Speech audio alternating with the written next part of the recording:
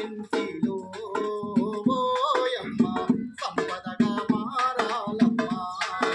రాయమ్మ సంపదగా మారాలమ్మ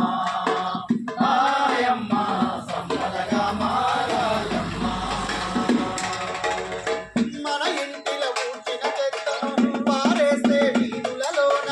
మన ఇంటిలో పూచిన చెత్తను పారేస్తే వీధులలోన పాడంతా పాడవుతాదే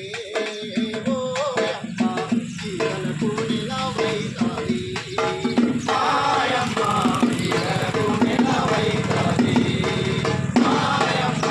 జీవనకు నిలవైతాది ఎన్నాళ్ళని ఇంకా మనము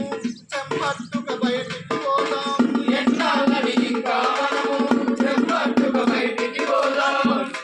దొడ్లను వాడరు ఓరన్న కాలుష్యం మరి కట్టరా మాయన్న కాలుష్యం మరి కట్టరా మాయన్న కాలుష్యం మరి కట్టరా పరిశుభ్రత పాటించాలే రోగాలను తరిమెయ్యాలే పరిశుభ్రత పాటించాలే రోగాలను తరిమెయ్యాలే ఊరి పరిశుభ్రత